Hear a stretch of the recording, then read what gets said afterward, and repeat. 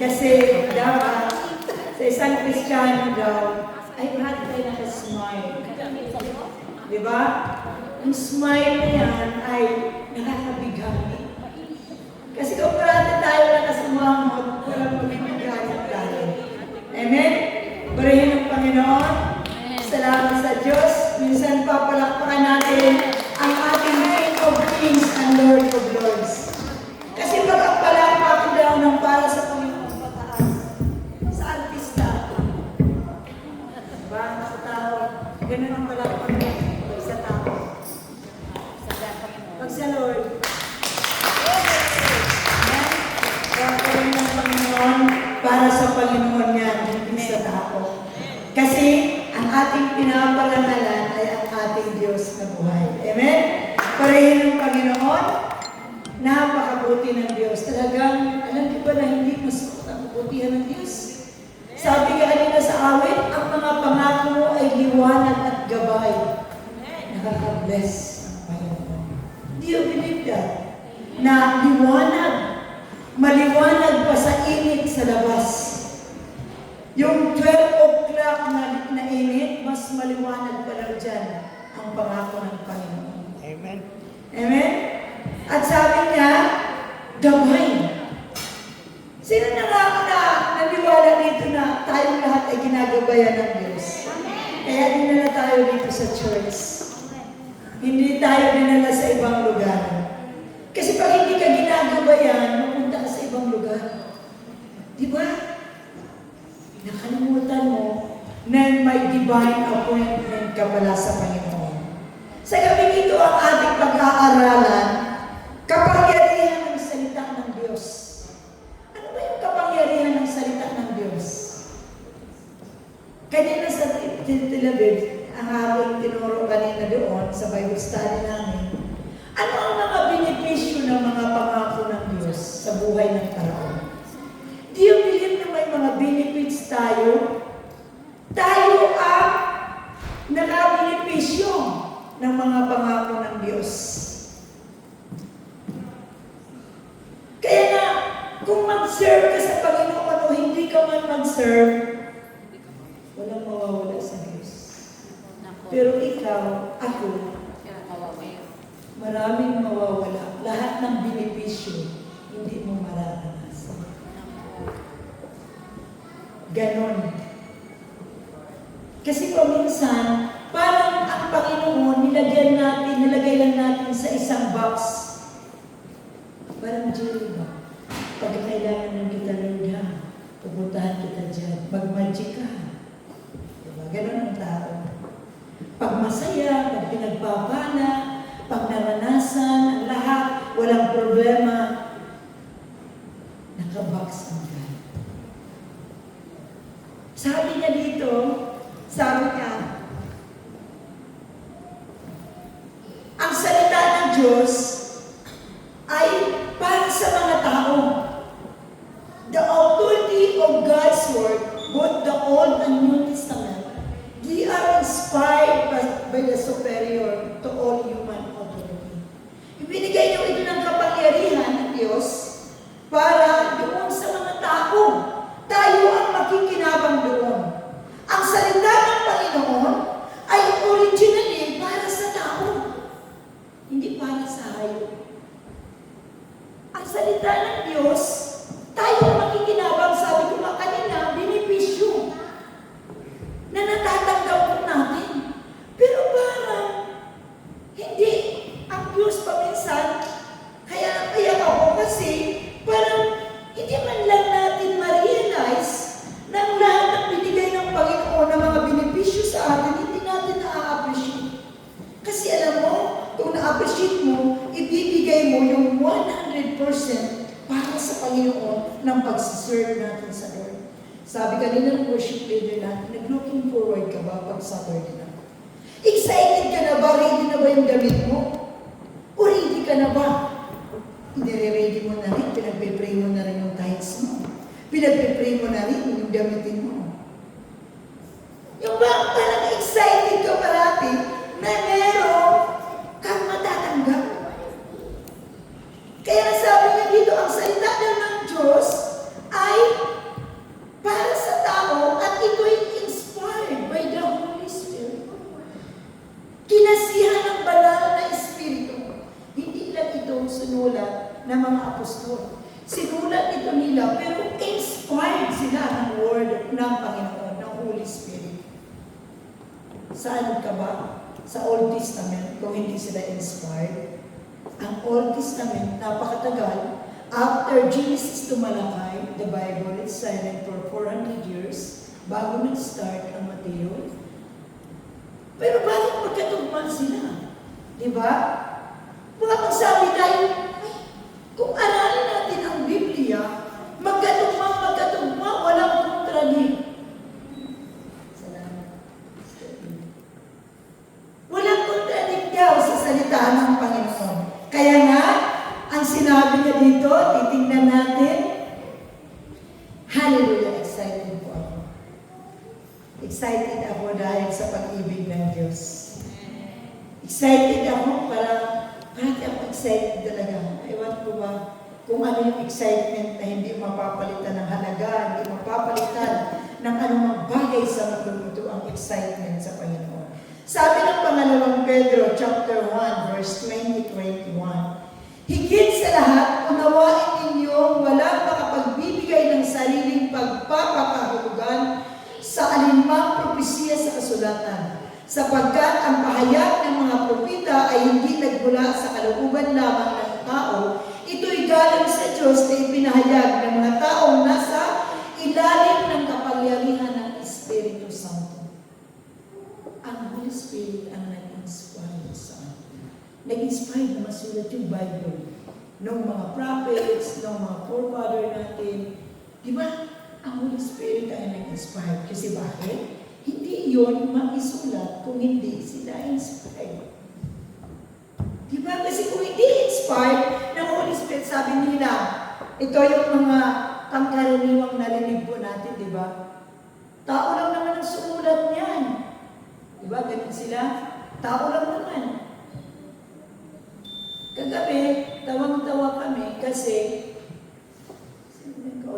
doon pala sa prayer namin, doon sa Tel Aviv, pagkatapos namin mag-evangelize, after ng party ni Inday kagabi sa Tel Aviv, nag-evangelize kami sa park.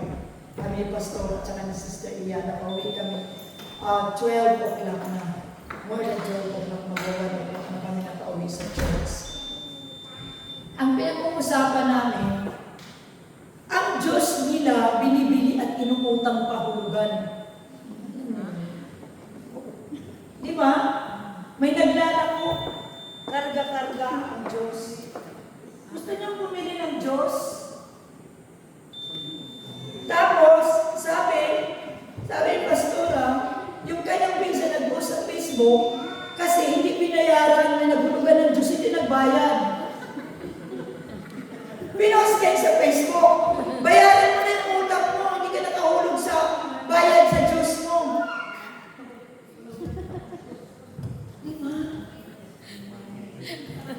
Di ba tawag ba? That's true. Yun ang totoo. Tumawa lang tayo, masaktan lang tayo, pero yun ang totoo. Saan ka ba? Ang salita ng Panginoon na sinusulat ng mga propeta, ng mga lingkod ng Diyos na kinasihan ng banal na Espiritu Santo, ayaw mong paniwalaan, pero ang Diyos na inutang mo, gusto mong sambahin. Hulugan mo pa. Pag hindi ka makabayad, i-focus ka pa sa Facebook. Yeah. That's realidad ng buhay. Diba? Sabi nila, tao lang daw ang sumulat. Iyan lang naman ang susulat ng Bible, aso. Diba? Alam ka naman hayop. Para sa tao, di ang susulat tao. Diba? Kaya ganun yung power ng kapangyarihan ng salita ng Diyos dahil kinasihan siya ng banal na Espiritu Santo. Inspired siya. Parang tayo inspired tayo na magsiserve sa Lord dahil andyan sa iyo yung Holy Spirit. Inspired kang sumayang sa Panginoon kahit pagod ka, walang tulog. Diba? Inspired ka. Kasi kinakasihan ka ng Holy Spirit. Sabi ng Holy Spirit, that's more. Di ba? Ganon ang Holy Spirit mag-inspire. Kaya ang kapangyarihan ng salita ng Diyos ay powerful. Sabi niya dito, ang salita daw ng Diyos ay eternal. Sabi ni Isaiah, sabi niya, oo, ang damoy nalalanta at tumukupas ang mga bulaklak, ngunit ang salita ng Diyos ay mananatili magpakailanman. Lumipas man daw ang langit at ang lupa, ang bulaklak ay mananatili, ang salita ng Diyos ay mananatiling tapat magpakailanman. Purihin ang Panginoon. Kaya ang mga pangako niya ay liwanag at ganap, sabi ng awit kanina. Pero paminsan, parang hindi totoo sa tao, lalo sa mga born-again Christian. Parang hindi sa kanila totoo. Maraming tao na parang hindi nila totoo na yung ang pangako ng Diyos ay liwanag at gabay. Ang pangako ng Diyos ay totoo at buhay. Bakit kayo? Sino may problema doon? Ang salita ba o ang tao? Diba? Ang tao. Tapos sabi niya dito, sabi ni Apostle Pablo, sabi niya dito, sa Timothy chapter 3, verse 14 to 17, ang purpose daw na salitaan ng Diyos, ang the purpose of the power of God, God's word is for all the people, sabi niya. And at all times, in every circumstances, offering life, truth, equipping us to live fully for God. Mabubuhay tayo ng buong buo sa Panginoon, ang salita ng Diyos. Na-equip tayo. Bakit kailangan tayong ma-equip?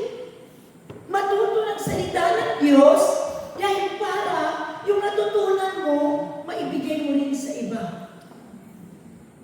Kagabi, nagpunta kami sa park, doon kasi invited si Pastora Jane ng isang anniversary, 25 years anniversary. Dinala ko ni Pastora Jane kahit hindi ako invited kasi gano'n ang attitude ng Pilipino. Kahit hindi ka kasama invited, magdadala. Ikaw lang invite, magdadala pa. Di ba? Ganun tayo, di ba? Nakakatawa. Sa Jewish, hindi ko pwede magdala kasi nung invited yun lang. Dinala ako doon, sumama ako kasi excited ang pag-ganyan thing. Tuwa ako magdadala na ako at magpahayag ng salita. Challenge ko kasi ang tao. Nandoon na kami, siyempre anniversary. Una-una, ipag-pray mo ang nag-anniversary. Pero mga lamang na sila ng alak, pero okay na. Yung iba, yung dahil ng mga mata sa kailangan, sa kailangan, Lord. May power ang word mo. May pinag-pray ko sila, binigyan ko ng mga verses about sa anniversary, sa love, ng both husband and wife. Tapos, nagsishare ako. After that, sabi ko kay Iya, si Iya, active si Iya namimigay na siya ng tracts doon. Madami, dalawang grupo ang puntahan. Tapos, namigay na siya. Pinapipray ko sila. Challenge ko sila. Sabi ko, alam mo ba na napakahirap na ng buhay ngayon dito sa Israel? Sabi niya, oo nga. Di ba nakikita natin ang situation? Anong pag-asa niyo at katiyakan niyo? Sabi ko sa kanila. Di ba wala tayong pag-asa at wala tayong katiyakan even sa government ng Israel? Dahil sila din struggle din sila. Kung sila struggle, paano tayo nandito tayo? Tumatanggap tayo ng sweldos mula sa kanila. Wala tayong pag-asa, sabi ko sa kanila. Sabi ko, basahin niyo yung nilalaman ng tracts na ibinibigay namin. Huwag niyong itapon at i-meditate niyo. Kausapin niyo yung Diyos. Sabi ko sa kanila, dahil yan, nakasulat dyan, yun ang pag-asa natin. Yun ang pangako ng Diyos. Sa kanila. Dinala naman nila ako sa isang grupo. Kasi sabi may nag-birthday. Yung pala, birthday na 1 month old ng bata. Umuwi ng bata kasi alas 12 gabi na yun. Hindi mo pa yung bata doon, di ba? Na mga malalaki na natira doon. Sabi nila. Kasi sabi nila, punta ka dito kasi pag-pray mo yung may birthday. Akala ko malaki ang may birthday. Excited ko lang pumunta. Wala pala. Habang doon, umupo na ako. Hindi ako pinaupo. Umupo na ako doon sa nakalatag doon. ako, sabi ko, wala kaming relihiyon, sabi ko, ang dala ko sa inyo si Jesus Christ. Tapos may inano siya, kinumpir siya na relihiyon, sabi ko, basta Jesus Christ kami, wala nang iba. Sabi ko sa kanila. Hanggang dumating na kami, na pinag-usapan namin ang Hudyo at bakit hindi maniniwala. Noong habang mag-i-explain ako sa kanya, kasi siyempre makulit na sila mga babae. Ganun mga bata, sabi ko, Lord.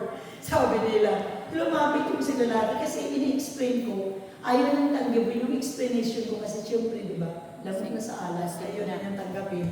Medyo nagkaroon, hindi ako nagipag-argue sa kanya, so inayaan ko lang siya. Tapos, lumapit yung lalaki, sabi niya, sana kanina ka pa na hindi pa kami lasing na kasi kami ngayon. Hindi na namin maintindihan yung sinabi niya. Sabi ko, sige, next time na, makipag-appointment na lang kayo kay Pastora, pupuntahan ko kayo kahit hating gabi. Sabi ko sa kanila. Dahil sa akin walang oras, sabi ko sa kanila. Kasi at yung isa, yung babae na ipag-debate sa akin, ayaw na niyang tumanggap ng aking rason. Sabi ko, ayaw mo tumanggap, paano ka nang bakit ka magtatanong? Gusto ko ipapaliwanag sa iyo, ayaw mo. Awag na lang. Kasi alam mo si ate, nasing na ako, oo nga eh. Sabi ko, oo. Sabi ko, smile na ako, oo. Sabi ko, next time, sabi naman si lalaki, next time, ate, sabi niya. Ganon. Kasi yung power ng salita ng Diyos, na hindi yun napabago. Habang natatamaan siya, kasi kahit kasing siya, may power ang Lord na tumatala sa kanya. Nagre-resist siya, tapos magre-resist siya sa akin, parang pinagdidiinan niya yung maliit niyang rason. Sabi ko, pagsalitain mo muna ako para maintindihan mo. Sige ate, salitain na lang, silasing na ako ate. Yung magsisigarilyo na ako ate. Sige, sabi ko sa kanya, go ahead. Sabi ko, sige, next time, lumapit yung lalaki. Sabi niya, sana sa sunod na lang, gusto din namin makinig niya. Pero nakainom na kasi kami. Di ba? Alam mo, naiyak ako sa Diyos kasi maraming mga tao sa Tel Aviv, lalo na yung mga Pilipino, kawawa ang buhay. Anong buhay ang pupuntahan nila kung walang mga believers na magbigay sa kanila ng pag-asa? Where are you? Saan ang mga believers? Busy tayo sa church, di ba? Punta tayo, nagpipray tayo sa church, pero hindi tayo lumalabas. Paano sila? Kaya yung power ng Word of God, hindi nila marinig at hindi sila mababago. Kasi bakit? Wala silang naririnig. Ang naririnig nila, puro negative at ang nagagawa nila, puro kasalanan. Sabi niya, paano ba kayo relihiyon ng kasama ko? Sabi ko, basta sabi ko, darling, sabi ko, hindi kami, wala kami. Ang aming pinanampalatayanan, si Jesus Christ. Na siya ang nagligtas sa atin, binigay niya yung buhay niya para sa iyo at para sa amin dahil mga nag-aasala tayo. Pinaliwanag ko kasi Adam at saka si Eve. Pero mahirap talaga pagka medyo may halong alak na, di ba? Mahirap na mga tao. Pero hindi pa rin ako tumigil, nag-share pa rin ako. Pero nung sabi ng lalaki nilapitan niya ako, next time na lang, kasi mga lasing na nga, sige, sabi ko, next time, sabi ko, we will pray for you. Kinuha ni Pastor Raji, yung isa, kasama doon na may number. Sabi ko, palo ako, Pastor. Palo ako natin.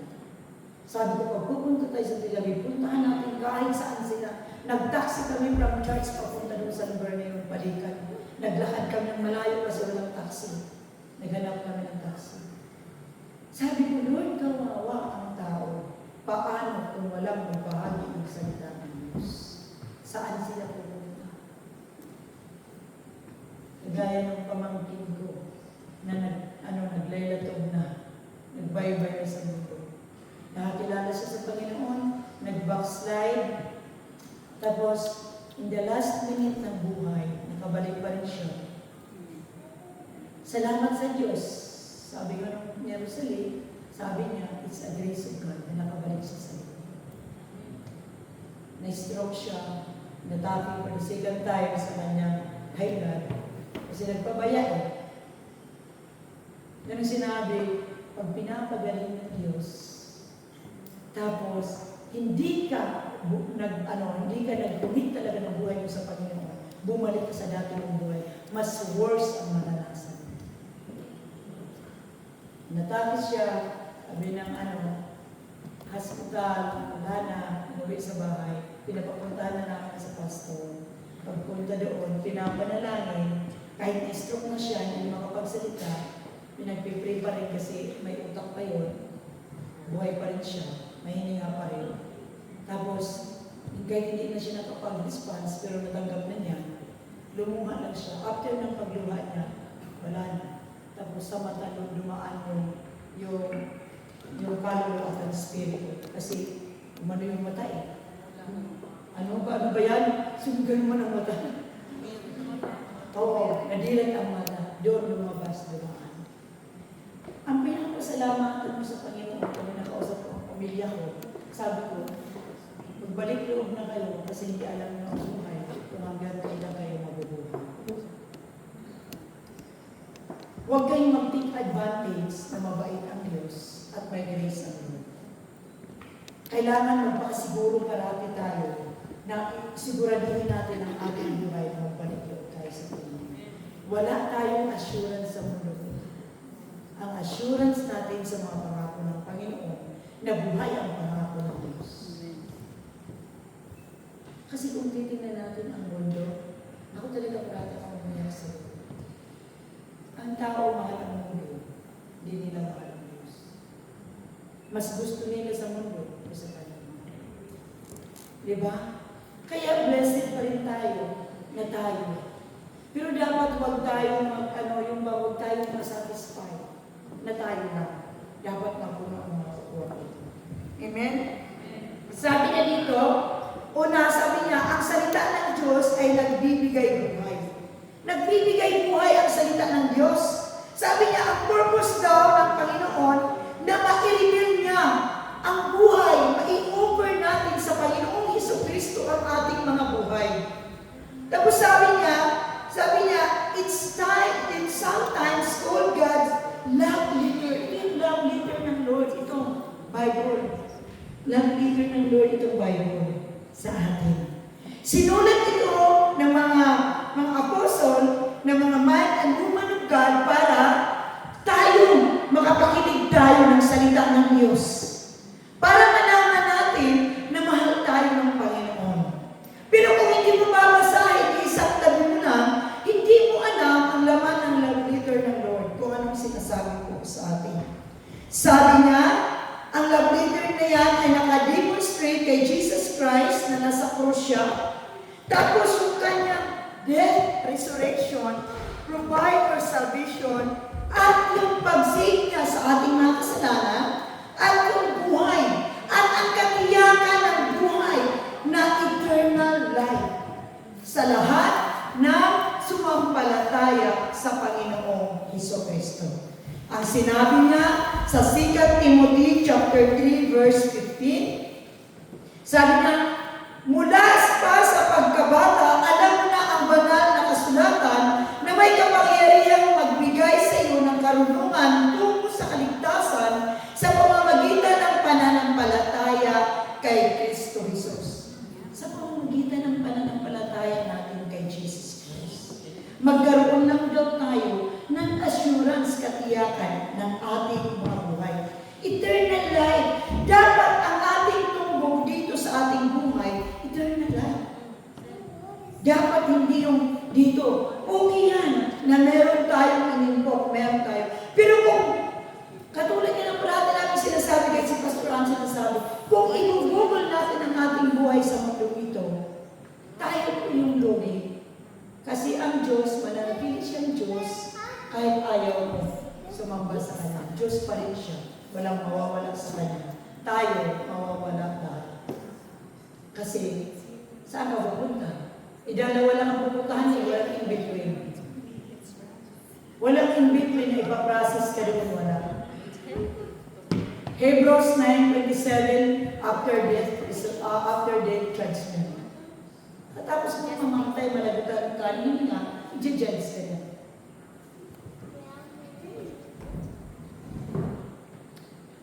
Kaya nga sa ating mga buhay,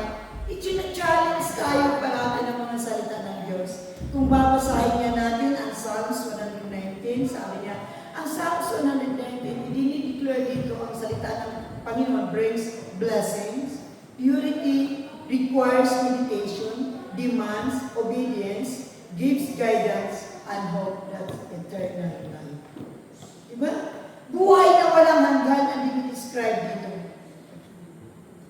Kaya yung buhay na walang ganyan, dapat maranasan po natin kahit andito pa tayo sa mundong ito. Ang pangalawa, sabi niya, ang salita ng Diyos ay hayag ng katotohanan. Sabi niya, inire-reveal daw ng salita ng Diyos ang katotohanan. Anong katotohanan niya na inire-reveal na gusto nating malalaman? Sabi niya dito, ang salita, sabi niya 119 verse 105, salita mo isang tanglaw na sa akin ay patnubay, sa landas ng daraanan liwanag na tumatanglaw. Diba yung landas, may ilaw yung ating dadaanan. Kung ang salita ng Panginoon ang ating gabay, sabi niya, salita mo ay isang tanglaw sa akin ay patnubay. Tanglaw sa akin na patnubay, sa landas kong daraanan. Salita ng Diyos. Salita ng Diyos. Pabalik-balik ang salita ng Panginoon. Sabi niya, Hebrews 4:12, ang salita ng Diyos ay buhay at mabisa, mas matalas kaysa alinmang tabak na sa pagkamilay-talim, ito'y tumatagos maging sa kaibuturan ng kaluluwa at espiritu ng mga kasukasuan at buto at nakakaalam ng mga iniisip at binabala ng puso. Kaya ang salita ng Diyos, alam ano yung mga iniisip natin, ano yung mga laman ng puso po natin, alam ng salita ng Diyos. Alam din ng Diyos kung may tinatago tayo. Kaya nga, walang maitago sa Panginoon. Sabi niya, lahat ay lalakad hanggang sa harapan ng Diyos. Wala kang maikip sa iyo. Kung may maikip ka kay pastor, wala kang maikip sa iyo. CCTV na talagang 24/7. At walang makapag-decline, walang makapag-ano ng CCTV, maka-off ng CCTV na ang Diyos lang. Kaya ganito powerful ang salita ng Panginoon. Sabi nga niya, ang salita ng Diyos, ito'y binibigay niya sa atin para magkaroon daw tayo ng direction. Sabi niya, correction ang training, but it can also bring comfort, stating God's promises and reminding us who we are in Christ Jesus. Nireveal daw ng Diyos ang mga salita niya kung sino si Jesus Christ sa ating mga buhay. Next, sabi niya pangatlo, the Word of God equips for every good works. Ina-equip tayo ng salita ng Diyos sa bawat good works. Sinabi ni Paul, sabi niya, sa 2 Timothy chapter 3 verse 17, sabi niya, upang ang lingkod ng Diyos ay maging ganap at handa sa lahat ng mabubuting gawain. Maging ganap at handa sa mabubuting gawain. Ano yung mabubuting gawain na binabanggit sa salita ng Diyos? Yung mga gagawin natin na pinapagawa ng Diyos. Kung hindi pinapagawa ng Diyos, hindi mabubuting gawain. Kaya nga, paminsan akala natin hindi tayo nagkakasala. Pagka may mga pinapagawa ang Diyos sa atin na hindi natin ginawa. Salamat sa Diyos. Kung may mga bagay, kung may mga pinapagawa ang Diyos na ayaw mong gawin. Meron naman na gusto mo lang gawin, ayaw naman ng Diyos. Diba? Sabi ng Diyos, i-share mo ang salita, ayaw mo. Ayaw ko, sinaya ako, baka mamaya awayin ako dito. Also, manahimik ka na lang, alam mo ang salita ng Diyos. Di ba? Kaya kailangan po natin na ating bahagi ang salita ng Panginoon. Kasi yun lang talaga ang nais ng Diyos na magawa natin ang kalooban niya. Sabi niya, upang ang lingkuran ng Diyos ay maging ganap at handa sa lahat ng mabubuting gawain, sabi niya dito, at sabi niya, ito ay magbibigay perfection, tungo sa kabanalan, sabi niya, at makapagbigay lugod sa Panginoon. Makapagbigay lugod sa Panginoon.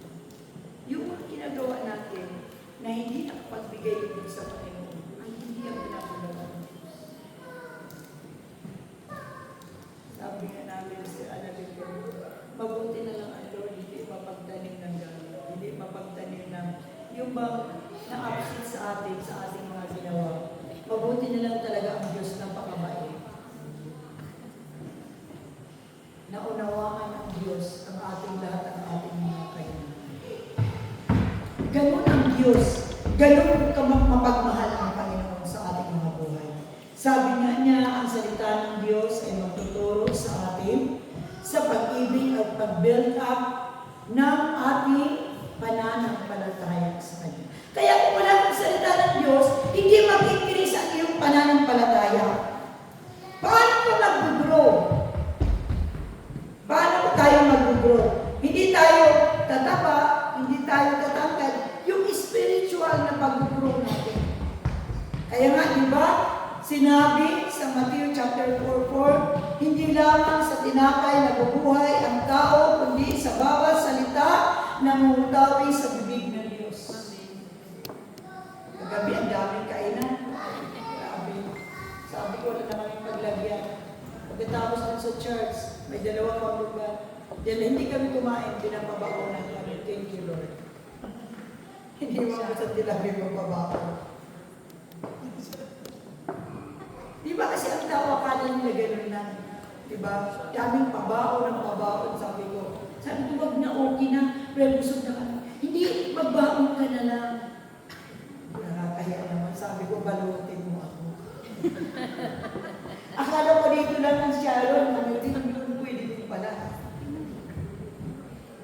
Kaya gano'n ang salita ng Panginoon. Kaya nga tignan mo, si David, sabi niya, ang salita ng Panginoon, dinideklara ni David, tingnan po natin sa Psalms 119. Sabi niya, ang Psalms 119? 119 verse 10 to 11. Buong puso ang hangad kong sambahin ka at paglingkuran. Huwag mo akong hayaan sa utos mo ay sumuway. Ang banal kautusan sa puso kong ingatan upang hindi magkasala laban sa iyo kailanman. Kailangan na magsalita ng Diyos, itatago natin sa ating mga puso upang hindi tayo magkasala sa Panginoon. Kasi pagka hindi mo maitago yan, pagdating ng temptation, bagsak ka talaga. Dahil walang na-install na salita ng Diyos dyan sa puso mo. Walang ipa-remind ang Holy Spirit. Kasi ang Diyos, hindi siya nagmamagic. Ang gusto ng Lord, meron tayong salita para pag tayo na kailangan natin, meron ka kagad sasabihin. Kailangan daw itanim sa ating puso. Upang hindi ako magkasala sa iyo. Kaya sabi ni David sa Panginoon. Yun ang prayer ni David sa Panginoon. Kaya nga, kakailanganin natin parati. Kaya nga, ang salita doon ng Panginoon. Kaya nga, kailangan natin talaga mag-grow sa salita ng Diyos. Kumusta naman ang Bible reading natin? Kasi ano tayo? June, kalahating taon na. Siguro mahaba na. Ako kasi, nag-audio, babalikan ko na naman. Kasi pag minsan parang na-excite ako ng story na yung babalik na naman ako, tapos forward na naman ako. Binalik-balikan ko kasi paminsan, di ba, nagbasa ka, paminsan nagbabasa ka yung chapter. Wala, basa ka lang ang basa. Wala pa minsan nagre-rima. Ay, mag-audio ako, tapos may maganda, babalikan ko, babasahin ko. Kasi excited ang salita ng Diyos. Kaya nga ang salita ng Diyos, all ano daw, ay makapangyarihan sa atin. Kasi may mga pangako sa Old Testament na ay, bakit yun na? Parang nadaanan mo yun na. Parang ito ngayon ang aking pinagdadaanan. Ang salita lang ng Diyos, kwento siya. Sabi niya dito, ang salita daw, sabi niya, ang aklat na ito, sabi niya, hindi daw kagaya ng ibang aklat na mag-inform, report. Ang ito daw na aklat, ito daw ay matransform tayo. Matransform, mabago po tayo sa aklat na ito. Ngayon, hindi na aklat, hindi na Bible. Guys, na ito, cellphone. I pray na babasahin din natin ang naka-install na Bible dyan. O baka tuwing Sabado lang din nagbabasa. Diba? Kaya yun ang sinabi. Si Paul yun ang kabilin-bilinan niya kay Timoteo. Talagang pinili niya kay Timoteo yan kasi malapit na. Patapos na ang araw niya. Sabi niya pang-apat, sabi niya, ito daw ay source ng ating pananampalataya. Sabi niya, it comes by hearing and hearing by the word of God. Romans 10:17. Bakit sinabi hearing and hearing? Bakit inulit? Kailangan marinig mo ang salita ng Diyos. Para maitanim dyan sa puso, para hindi natin makalimutan. Pagdating ng temptation, pagdating ng mga situation, meron kang ipaalala ng Holy Spirit sa atin. Hindi ka natatawag kay sister, i-claim mo na yung pangako ng Diyos. Hindi ka natatawag kanino man. Pwede tayong tumawag kasi ang agreements ng dalawang tao ay malaki din sa Panginoon, pero ang pinaka-the best, meron kang Word of God na nasa puso at umuti. Pang-lima. Amen. Excited sila pagpanghuli na kasi maraming pagkain. Sabi niya, pang-lima is, ito po ay source ng salvation. Kaya nga sabi ko, mag-share tayo para may maligtas. O, nag-share nga kami, ang dami-dami, wala naman. Parati lang kami nilang pinag-aanuhan. Kailan nyo? Kung kayo sa akin na mga lasing yun ng ano, di ba? Ayaw ulit siya, naglalasing din sila. Puntaan pa rin natin. Kahit kung nalasinggero sila, mahal din ng Diyos. Kaya nga pinadala tayo ni Lord yun eh. Hindi aksidente. Alam, tandaan natin, hindi aksidente ang Lord. May timing ang Lord. May purpose ang Lord sa ating mga buhay. Kasi bakit? Ipapadala ka niya doon kahit sa mga taong nagtulungan. Diba? Iyak ko pa naman, hindi ako. Akala siguro na nakaalas ako.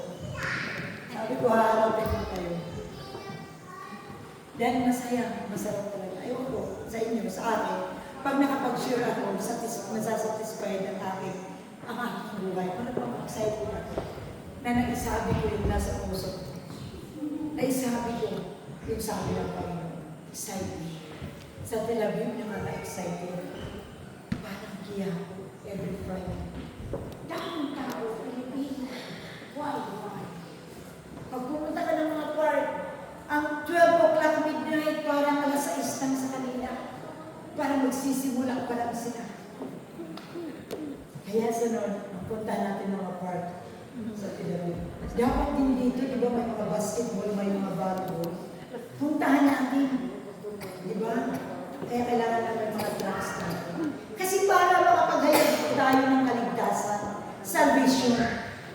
Di ba? Ito, gamitin natin itong mga lalaki dito. Si Lloyd, si Brother Charlie, si Biner, kasi sila parang sila ang mga kilala doon sa basketball. Sila itong mga ano doon. Ay, si Brother Freddy. Ito sila ang mga hari doon. Ito ang gagamitin, panapakan natin ng Lord. Kaya, huwag kayong mag-disagree. Mag-agree kayo sa Panginoon. Accountable kayo doon sa mga friends nyo na mapunta sa impyerno. Dahil hindi nyo kaya alam na mabubuhay po sila hanggang kailan.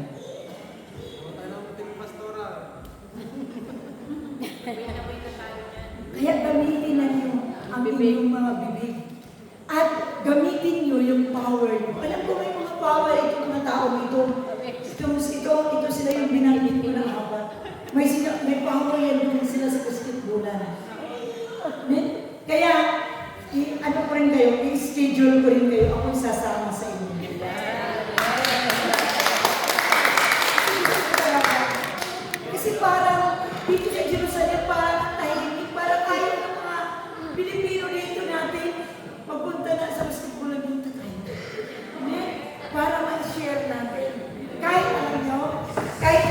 kaaway nyo, yung galit sa inyo, bigyan nyo. Sabihin mo, di ba galit ka sa akin? Bigyan kita ng love letter. Sabihin mo, mahal na mahal ka ni Lord. Huwag mo lang akong sampalin na. Distansya ka lang. Kasi baka galit na galit sa inyo.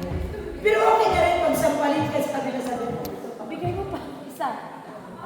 Para dalawa, mag-asawa sa sampal. Amen? Kaya dito, last verse na ibibigay ko, Romans chapter 1,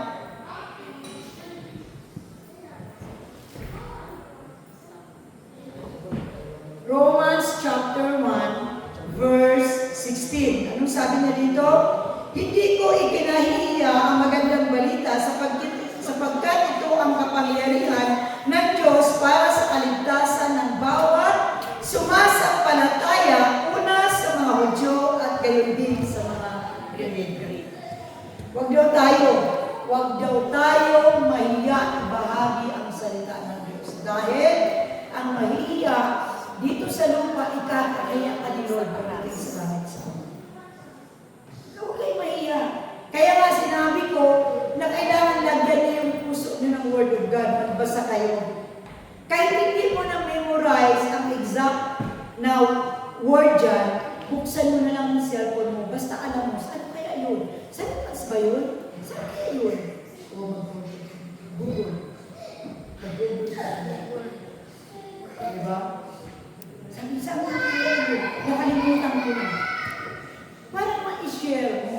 At para naman yun ay magkaroon siya ng kaligtasan.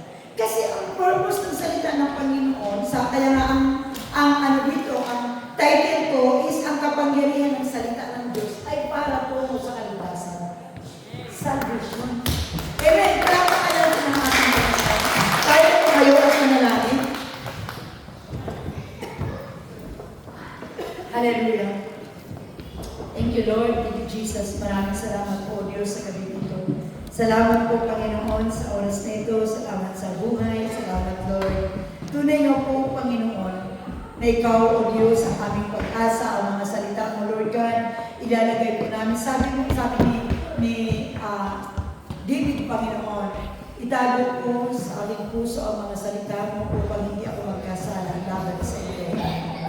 Kaya Lord, maraming salamat. Tulungan niyo kami, O Diyos, ng mga salita mo, Lord, ang magbigay sa amin ng pag-asa. Ang mga salita mo po, Panginoon Lord Jesus, ang mga pagbabago sa aming mga attitude, aming mga buhay. Ang salita mo, Lord, magbigay sa amin ng direction. Ang salita mo, Lord, ang magpapagaling sa amin. Ang salita mo, Lord God, ang makapagpa-breakthrough sa amin. Lahat ng aspect ng aming mga buhay, O Diyos. Lahat ng needs po namin, Lord, nasa mga salita mo, Panginoon. Kaya Lord, sa gabi ito, maraming pong salamat. Salamat sa buhay ng bawat isa. Pagpalain mo, Diyos, ang nakapakinig ng mga salita mo sa harapan mo, Diyos, at ang online, O Diyos, na magamit ng mga taong ito upang mapapurihan at masamba kayo, O Diyos. Panginoon, maraming salamat. Sa inyo namin, ibinibigay ang papuri, pagsamba at pagluwalhati sa pangalan ni Jesus. Amen.